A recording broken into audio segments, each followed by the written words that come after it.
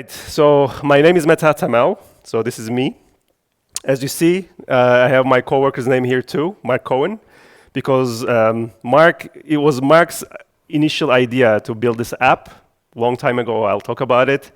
And then we worked together afterwards on the GenAI part, and this is a joint talk that we do, but he couldn't be here today, so that's why I'm here by myself, but Mark is here with his app and also with his spirit, I guess. So today we're going to be talking about lessons learned building a GenAI-powered application. If you want the slides, they're already on speaker deck, so you can grab it at the end of the presentation. And what I'm going to talk about today, I know you are here today for the lessons learned, but I need to give you some context. So first, I'm going to talk about the app back in the day, before GenAI, how it started, what was the motivation behind that. Then we'll talk about when GenAI arrives and what that enables for us. Then I'll show you the app, and then we'll maybe do a quiz. It's a quiz application, and maybe we'll do a little bit of quiz together, so it's like a little competition here. Then I'll talk about the architecture of the application a little bit, so you know how it's built. And then the real part of the talk is basically these two sections, where I will talk about what GenAI did for us, what problems it solved for us, and what problems actually it introduced. And then last part is lessons learned, what we actually learned from all of this. So hopefully it will be a good talk for you. So bear with me until I set the context, and after that we'll actually get to GenAI part. All right, so before GenAI, you know, I think if you're a software engineer, you've probably been here before, where you have a great idea, and then you start coding on a weekend, and then you think that it's going to be huge. Maybe it became huge for you, but usually it ends up not being huge, but at least it's still fun. You build something, you learn a lot of stuff. So that's how this application also started. It started back in 2016, so that was a long time ago. And this is actually Mark's requirements document that explains what he wants to do with this application. He wanted to build an interactive trivia quiz challenge game where you basically have a system, people log in, and then you have quizzes, and then people challenge each other with these quizzes. He initially thought about using PWA, Progressive Web Application, for it, and then he had some requirements on it. But the main point was that he wanted to use this open trivia question database, because for quizzes you need some questions and answers, and there is this open source page where you can actually have some questions and answers. So he wanted to use that initially.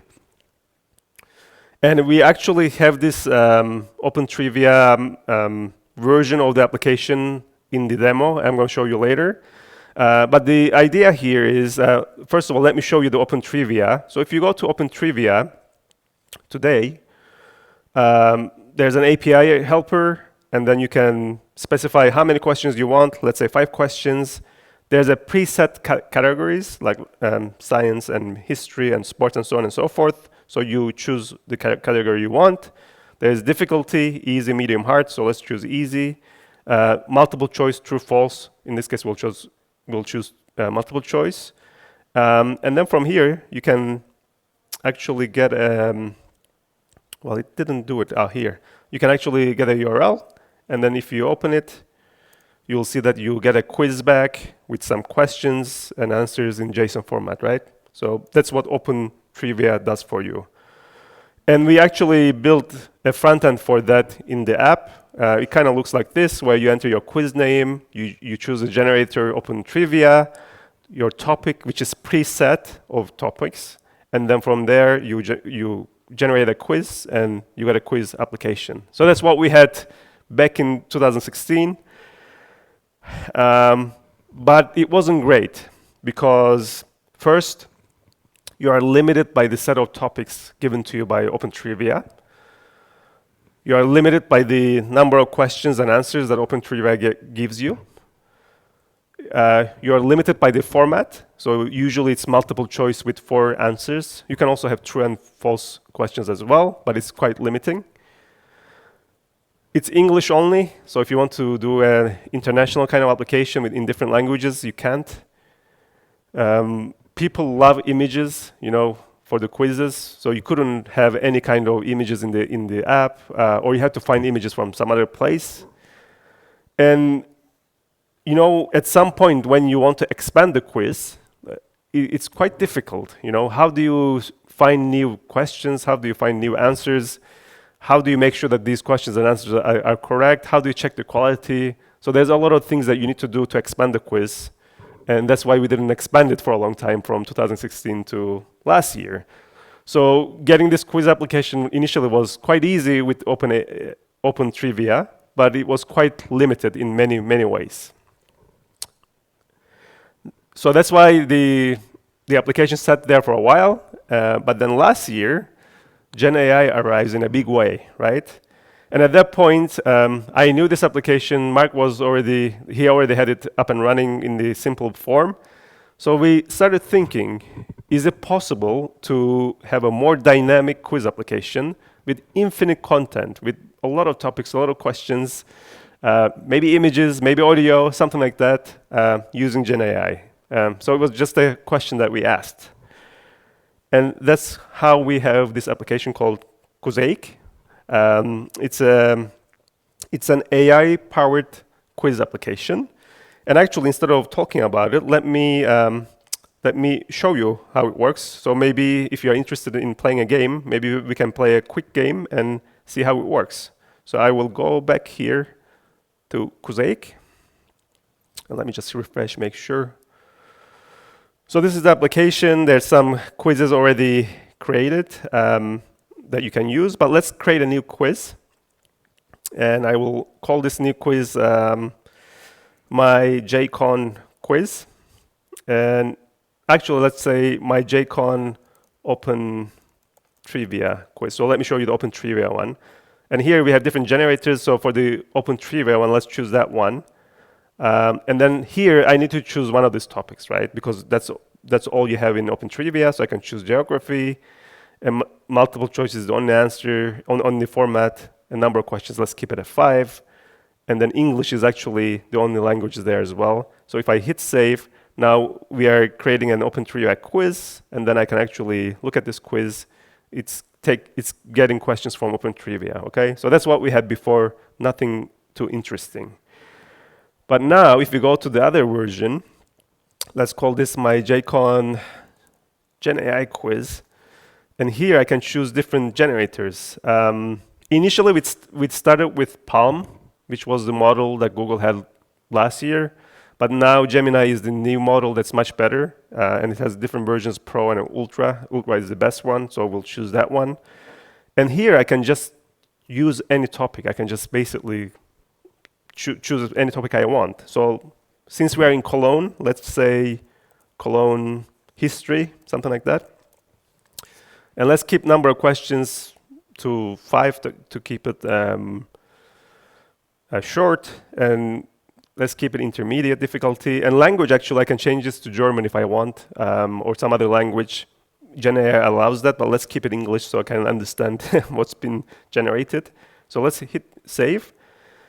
And now this is generating a quiz using Gemini model. It's also generating an image for the quiz using image gen. So it's using 2 models to generate the quiz and the image gen. And let's cross the fingers that this will work. Because, every time you do a live demo, you might run into problems. Okay, so you see it generated a quiz, and then there's some image that kind of looks like Cologne, I guess, the cathedral maybe. So let's play this if you want. So if I do start hosting, then if you want to take your phone and scan, and I will do the same actually. So let's scan this QR code. And then you will enter your name, and then hit play quiz. And as you see, I'm registered. I'm going to wait a little bit of time in case anyone wants to join. So there's a couple more people.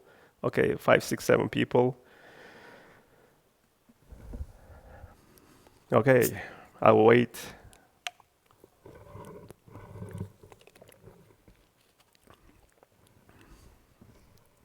All right, 25 people. So maybe more, 28, okay. I don't know how many people we can handle with this app, but I think I will start in the interest of time. All right, so question number 1. Cologne traces its origins back to a settlement founded by which ancient civilization? So now you have 15 seconds to choose something. And I can see that 36, 37, almost everyone answered. So if we show the result, it's Romans. So 34 people got right, and this is the leaderboard. So the sooner you answer, the higher the score. So you want to answer quickly. So next question. What was the original Roman name for Cologne? I have no idea, but you probably know. And you see that everything is updated real time, and I'll talk about that later when I talk about the architecture. Okay, so most people answered. So let's show the result. Colonia, Claudia, something, something. So yeah, most people got it. Next question. Cologne Cathedral, a UNESCO World Heritage Site, is known for its architectural style. What is this style? I think I know this one. I should play here too. Okay, again, most people answered, so show the result. Gothic, yeah, almost everyone got it. Aldo is in lead. During which major historical event did Cologne suffer significant damage requiring extensive reconstruction? I think I know this one too. Okay.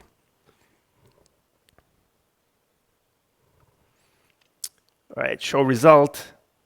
World War II. And last question. Cologne is famous for its namesake product, a type of fragrance. What is this product called? I think this is obvious. All right. Show results. Aldo won. So congrats. I don't have any t-shirts or stickers for you. Sorry about that. But yeah, so this is the app we have. And the questions, how were the questions? Were they okay? Were they real, or was there something wrong? No? They were okay?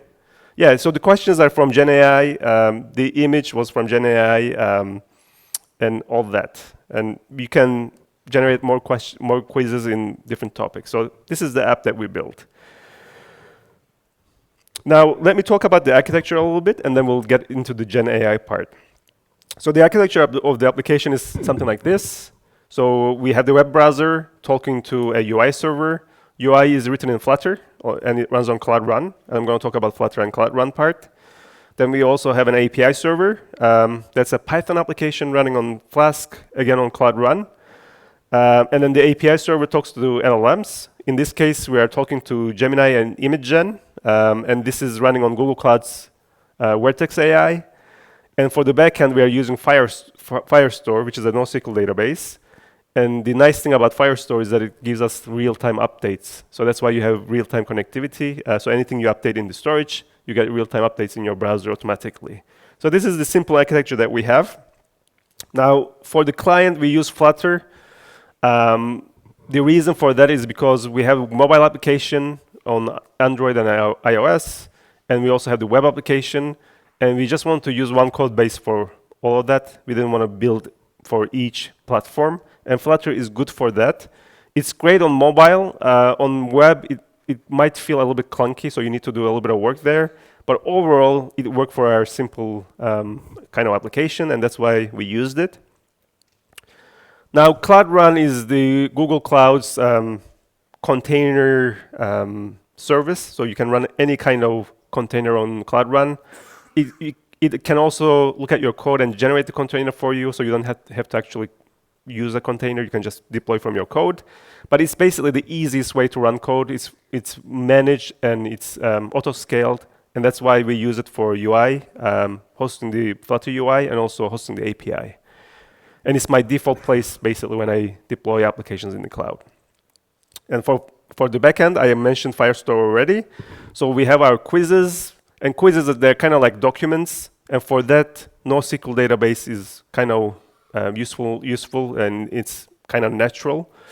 And the other good thing about Firestore is that you get real-time updates. So it's a real-time database. So anything you change in the documents, you get a notification in the browser, and you can use that to update the UI. So that's why we use Cloud Firestore. And I don't want to bore you with the details, but basically there's 5 key data structures: admin, generators, quizzes. Sessions is like the quiz game, basically, and the results. And then you have 4 personas: admin, creator, host, and player. And they kind of interact with these different data structures this way. So we have 4 collections in Firestore, and then different personas basically interact with the different parts of the data in this way. And then we have a simple API, nothing complicated, just get and post and patch a quiz, delete a quiz, and then host and play a quiz, which happens through the sessions, basically. Okay, so that was a boring bit. So nothing earth-shattering or complicated there. But for LLM, we use Vertex AI, which is Google Cloud's generative AI platform. And it has something called Model Garden that allows you to basically play with different prompts and different models and get some responses. And I'm actually show you this quickly. So if you go to Vertex AI, here you have the Model Garden. Here you can try different prompts, and I'm using the prompt that I'm using in the application. And then you have different models, Gemini 1.5 and all that, with different temperatures. So if you want to make things more accurate, you have less temperature. If you want things more creative but kind of crazy, you make temperature more, and so on and so forth. And so, for example, if I enter this prompt, like you're a trivia expert, generate a set of multiple choice questions, and I just give some category, quiz difficulty, number of questions, so on and so forth, and some rules, then I hit submit, and now I'm running against Gemini 1.0 Pro, and then I get a response, as you see, with questions. I didn't give any examples. I didn't say much. I just gave some rules, and I get some responses. And this is not the ultra model because I don't have it here in my project, but it's using one of the lower models of Gemini. So you can play with your prompt, and then in the end, when you're ready, you can click here, get the code, and then you can see that by default, GenAI is mostly in Python, but you can also do it in Java, and you can see what you need to do in terms of like running this from your code. So that's what we did basically. We played with the prompt a little bit, and then we went here, got the code in Python, and just start building the application. Okay. And Vertex AI is really good for that, with experimentation and changing different parameters and figuring out what works, what doesn't work. All right.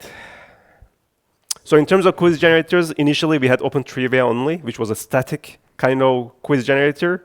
Then we added Palm last year, which was the first model Google released. It kind of worked, but it wasn't great.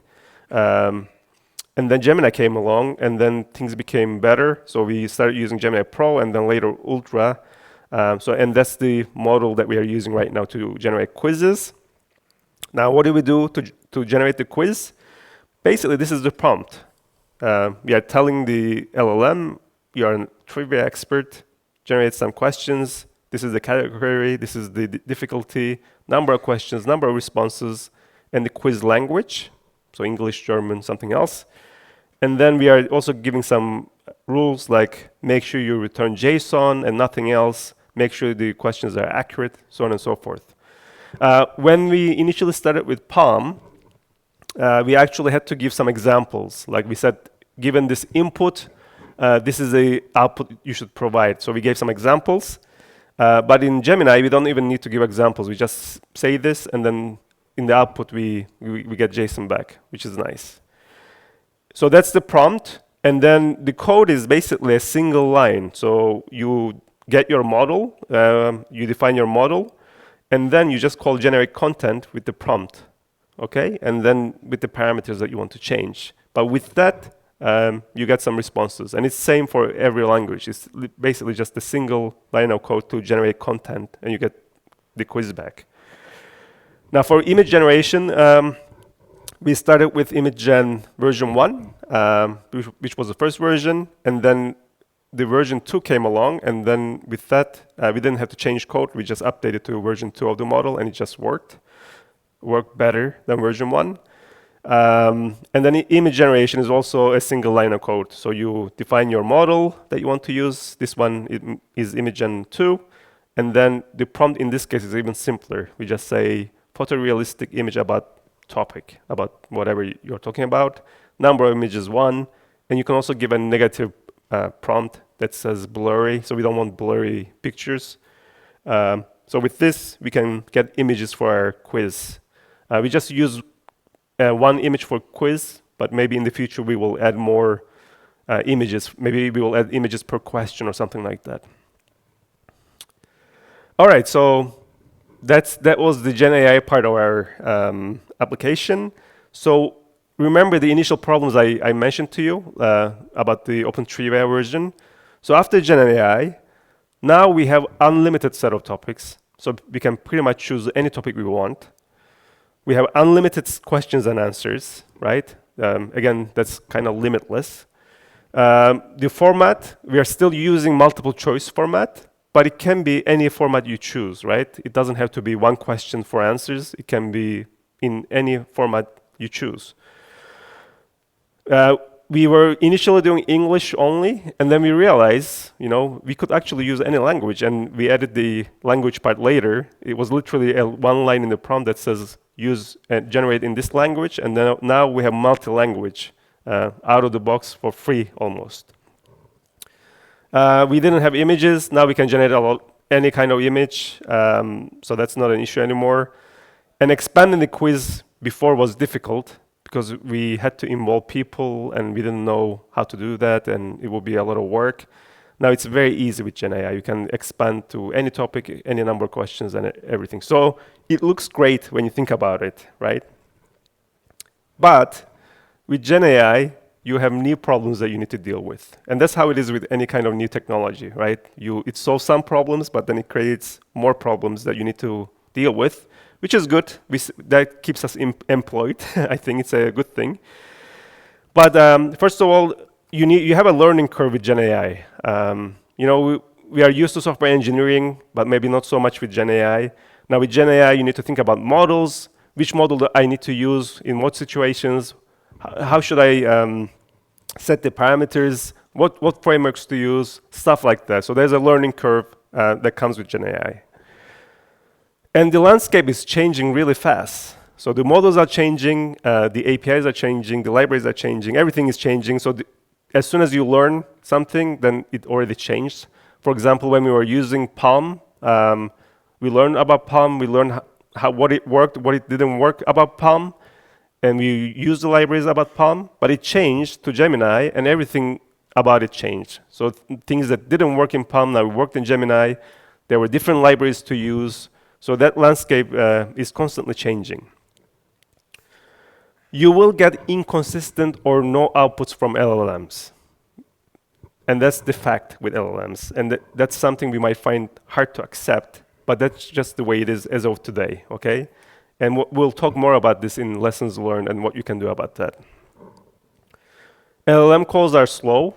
I mean, quiz generation is quite fast, but image generation can take some time, like 3 seconds or 5 seconds or sometimes 10 seconds.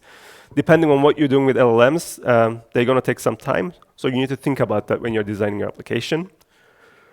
Hallucinations is a big problem. I mean, as the models are getting better, they are becoming less of an issue, but they're never, it's never 100%. So you're going to have results where LLMs basically will tell you the wrong thing, okay? And you need to deal with that. And again, I'm going to talk about what you can do with this later. And I guess the biggest problem and the hardest one is hard to check the accuracy and quality of LLM outputs, right? It's easy to get content from generative AI. It's unlimited, as I said. But is it good? And what does it mean? Like, how do you measure if it's good or not? So it's quite difficult, actually, to kind of find a way to check the quality of what you're getting from LLM. But this is something that you need to think about because as you're changing your prompts or as you're changing your application, you need to have a way to measure whether you are making things better or worse, okay? And again, we'll talk a little bit more about this when we talk about lessons learned. So GenAI, it kind of unblocked us, but at the same time, it introduced all these new problems that we had to deal with. So what did we learn? Let's talk about that. Okay, so in the general category, first of all, we were surprised how easy it was to do hard things with generative AI, okay? The quiz generation, like, generating quizzes with unlimited topics and unlimited number of questions, it was surprisingly easy. Similarly, image generation, you just pass in some small prompt with your topic and then you get images. And usually, images were pretty good, especially with Image Gen 2. So we were really surprised how easy it was to get something out of GenAI. At the same time, it's hard to do things well and consistently. And that's what we want when we are building a production level application, right? I mean, this is a demo kind of application, so maybe it's not so important here. But if you're building anything that's like where accuracy is important, then you need to make sure that things work well and they work consistently. And that's very difficult to do with LLMs. Good results require prompt engineering. So I show you the prompt that worked, but that prompt was a result of after many iterations. You don't get, sometimes you will try the first prompt and it will work. Sometimes it's not going to work, so you need to iterate on the prompts. So you need to do a little bit of prompt engineering. And you will get inconsistent outputs either way. So even if you have the best prompt and you think it works in most cases, still there will be times where it will give you inconsistent outputs. And as I mentioned before, it's hard to measure the output quality. So when you get an output from LLM, how do you know it's a good quality? You need to define that and you need to measure it so that you can iterate on the prompts. All right, so continuing on the general learnings, you need to accept uncertainty of the LLMs. Again, as software engineers, this might be hard for us to do because we are so used to having things kind of like you code something and you expect things to work that way. But with LLMs, you can use the same prompt against the same model and you can get different outputs depending on how, depending on, I don't know what, like it's basically the uncertainty of the LLMs, right? Same inputs, same model, different output. That's something you can get. Same prompt, same model, but the model gets updated, then you can get different outputs. That happened to us. Like, we thought we were using the same model, but then the model got updated in a big way, and then we started getting different outputs. You can have same prompt, but use a different model, and you get different outputs. So that's kind of obvious as well. So you need to be ready for this kind of uncertainty with LLMs. Another learning is that, and this is a good thing, is that you get free upgrades with new and updated models. For example, when we were using Palm, the quiz generation worked okay, but it was hallucinating quite a bit. So it was telling us some answer was correct, but it wasn't correct. Or it was not generating JSON once in a while. So it was quite kind of patchy and didn't work all the time. And then when Gemini Pro came along, we just updated to Gemini Pro. And to update, it was a little bit more involved because Palm libraries and Gemini libraries are different. So we had to update our libraries, and we had to also update the model name. But it wasn't a big upgrade. And with that, we got better quizzes immediately. And then when Gemini Ultra came along, we didn't even have to change our code. We used the same libraries, but just changed the model name. And then with that, we even got better quizzes, right? So you get these free upgrades by just using GenAI, basically, and just using the newer models. Similarly, when we updated from version 1 of ImageGen to version 2, we started getting better images with no code changes. It's just better images overall. Yeah, so that's the big part, is that you get free upgrades with no or little code changes. And sometimes you need to ask yourself, do you even need an LLM? Okay, because it's so easy to get carried away with this and say, okay, I'm going to use LLM everywhere, right? Because it works for the most part. But there were times where we actually didn't need to use an LLM, and it's good to recognize those times and actually not rely too much on LLMs, because LLMs are expensive, and both in terms of money, but also in terms of calls, they take a little bit of time. For example, we don't have this in our application today, but we are thinking of adding a free form quiz form where people can enter answers in text. Instead of choosing multiple choice, they can enter answers in text. And people can do misspellings and typos and stuff like that. So we want to have a scorer for that to score the free form answers. Initially, we said, okay, let's use LLM to score this, right? Because LLMs are good at recognizing this kind of stuff. And it worked. LLM could grade the free form answers pretty well. Not 100%, but it worked pretty well. But then we also realized that there are libraries out there, something called the fuzz. It's a Python library to do fuzzy string matching, basically. So you specify your string you want to match, and you specify your tolerance for how fuzzy it should be. And if you say something like, say, 80%, for example, then it will match the mistypes and misspellings and stuff like that. And the fuzz is free, and it works much faster than an LLM does, right? So that's why we started with LLM, but we actually switched to the fuzz library because it works better, basically. So you need to ask this question to yourself: do I need an LLM, or can I use something else that we already know? Similarly, this logo of the application, initially it was all one color, and we wanted to add color here for the AI part. And this image is, by the way, generated as well using image gen. So we were trying to get image gen, change this logo so that it has this AI colored. You would think that would work, but it didn't. Like, no matter what we tried, we said, okay, can you take this picture, add color to AI part? It didn't work, no matter what we tried. In the end, we used a good old photo editor and just added the color in, okay? So sometimes you need to do that. And again, this also taught us that you don't need an LLM to do something like this. You can just use the old tool. All right, now in terms of prompting, you need to be specific and clear with your prompts. It's very important to be as clear and as specific as you can. But at the same time, more detailed prompts doesn't necessarily mean that you will get better results, okay?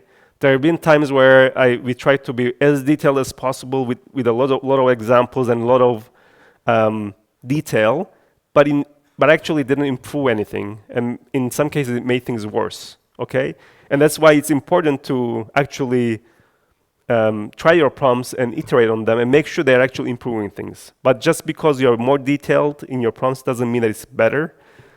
It does help to be specific and clear, but you don't want it to be too big either. So you need to start with the minimal that works and iterate on that. And you want to manage prompts like code, because it's so easy to start with a prompt and just keep changing it and changing it and changing it, but forgetting that, okay, why did I change that?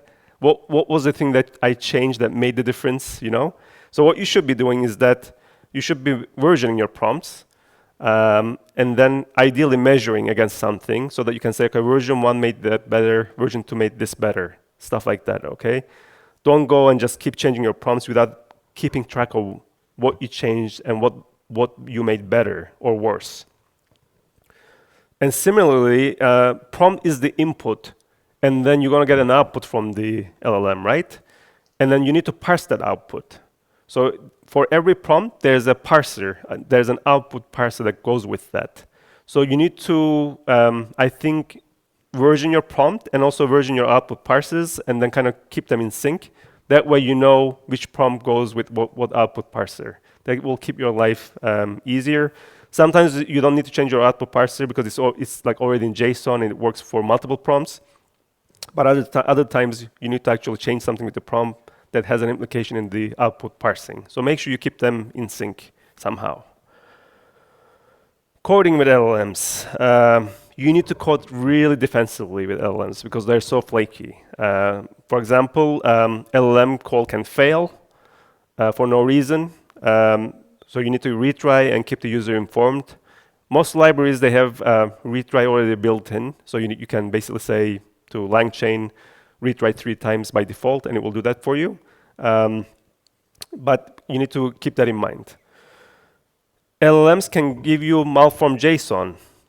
So even though in our prompt we say to the LLM, give me properly formed JSON, it does that 90% of the time, but 10% of the time, it will give you something that's almost perfect JSON, but it adds something at the beginning or it adds something in the middle, whatever, and it doesn't work. So can you still parse JSON somehow? In some cases you can, because if you look for the beginning and if there's some extra characters, you can remove them and you can still parse it, and that's what we do in some prompts and models. In other cases you can't, and maybe you need to retry or something like that. LLM can return empty results. Again, this might be because of API or not working properly, or because of the model not working properly, whatever the result. But you need to be ready for empty results, and you need to decide what to do with that. For example, if you don't get an image from the model, maybe it's okay. Like maybe your quiz cannot have an image and it's fine. Or maybe you can try again later and get the image later, something like that, right? But if you don't get a quiz back from the model, then you can't do anything else really. So you need to, maybe for this one, you need to do something. You need to retry or something else. And sometimes LLMs are too cautious. They don't answer questions on certain topics, and they think certain topics are sensitive, even though they are not, I don't think. So there's all these safety settings that you can disable. So you can go all the way and say, okay, just remove all the safety settings and just give me whatever. And even then it will be cautious, but these safety settings can help. So you need to keep those in mind when you're coding with LLMs. All right, more learnings. You need to pin module versions. And what I mean by this is that, for example, when you have Gemini 1.0 Pro as the model name, this actually refers to Gemini 1.0 Pro at 001 at some point, okay? So that's the first iteration of it. Now, at some point, the team will update this model to 0.002, but you will still refer to this as 1.0 Pro, okay? Usually this is not a problem, but once in a while it's a problem because something changed between 1 and 2, and that will affect your parsing or whatever, you know? So I think it's better to actually use a specific version. So make it very explicit that you're using this model with this iteration. That way you can keep track of what was working where and how, okay? So you need to pin your versions as much as possible. So consider using a higher level library like LangChain. LangChain, it's a GenAI orchestration library, and we didn't use it initially, and we still don't use it actually, because our prompts are simple and our calls are simple, and we didn't think that we needed it actually to introduce another library. But when I look at it now, it would have been better to introduce LangChain because, first of all, like when you use Gemini, you can use Gemini from Google AI Studio, or you can use it from Vertex AI in Google Cloud. So there's 2 different ways of using it. And these 2 different ways, they use different libraries, okay? So if you're using the libraries directly, you need to figure out which one it is and use that library. But if you want to switch from one to other, then you need to switch your libraries. Similarly, in Vertex, if you're using Vertex AI, I mentioned this already, the libraries for Palm and Gemini changed. So we had to change our libraries when we went from Palm to Gemini. If you are using some other non-Google related model from other places, they have their own libraries. So there's a lot of libraries that you need to keep track of if you're using multiple models from different providers. Instead, you could use LangChain, and LangChain usually works against all these different providers, and it gives you a common higher level library so that you don't need to worry about all these lower level details. So having looked at it now after going through this, I think it would have been better if you just stick with LangChain from the beginning and just use that instead of trying to learn all these different libraries. All right, good old software engineering tricks, they always help, and they help here as well with LLMs. So you want to minimize LLM calls because they're kind of expensive by batching prompts. So instead of asking like too many small questions, ask a bigger question, because model can answer multiple questions at the same time. So you can do that, stuff like that. Use parallel codes when you can. For example, in our case, the quiz generation and the image generation, they don't have any dependencies, so we can run them in parallel, and with that we are minimizing the time instead of doing them one after another. If you have a common response, you can try to cache them. For example, if someone generated a quiz with a certain topic and with a certain number of questions, then maybe you can reuse the output later. You don't need to regenerate that again. Or maybe, or with the image generation, if someone already generated an image for a certain topic, maybe you can take that and reuse it again. So you should think about stuff like this because LLM calls are slow and a little bit expensive, so you want to minimize the calls that you make with LLMs. All right, testing and validation. Unit and functional tests are as important as ever, and maybe more important in LLMs because they're so flaky. For example, if you want to check the existence or format, then it's easy. In quizzes, for example, if you want to check if the quiz has 5 questions and 4 answers, because that's what you asked, then that's easy to check, right? You have the JSON, and from there you can check the structure of it easily. Or for the image generation, you can check if the image was generated or not. So it's a Boolean flag, basically, right? But testing the quality and accuracy is much more difficult, okay? So, for example, if you want to answer the question of, is the quiz actually on the topic of history, then how do you check that, right? I mean, you need some kind of knowledge base or people involved in that. Similarly, if you want to check if the answer is actually correct, because sometimes LLMs give you an answer and it's not correct. How do you check that it's actually correct? And this one is the most difficult one, is that how do you know that the image generated is actually relevant for the quiz and it's actually good quality? I don't know yet. Maybe we'll have an answer at some point. So you need a way to measure the LLM outputs, and you need to automate it, and you need to use as a benchmark so you need to have a benchmark to work towards, so that when you change your prompts, you can measure and change it. Okay, I'm running out of time, but I think I'm almost done as well. So for testing and validation, we actually use LLM to evaluate LLM outputs, which is kind of like, it kind of works. So the idea here is that you have a quiz generator that uses LLM to create a quiz. Then you take that quiz, pass on a validator, and validator passes to the LLM and checks if the quiz is actually valid. You know, it's on the topic and it has the right structure and stuff like that.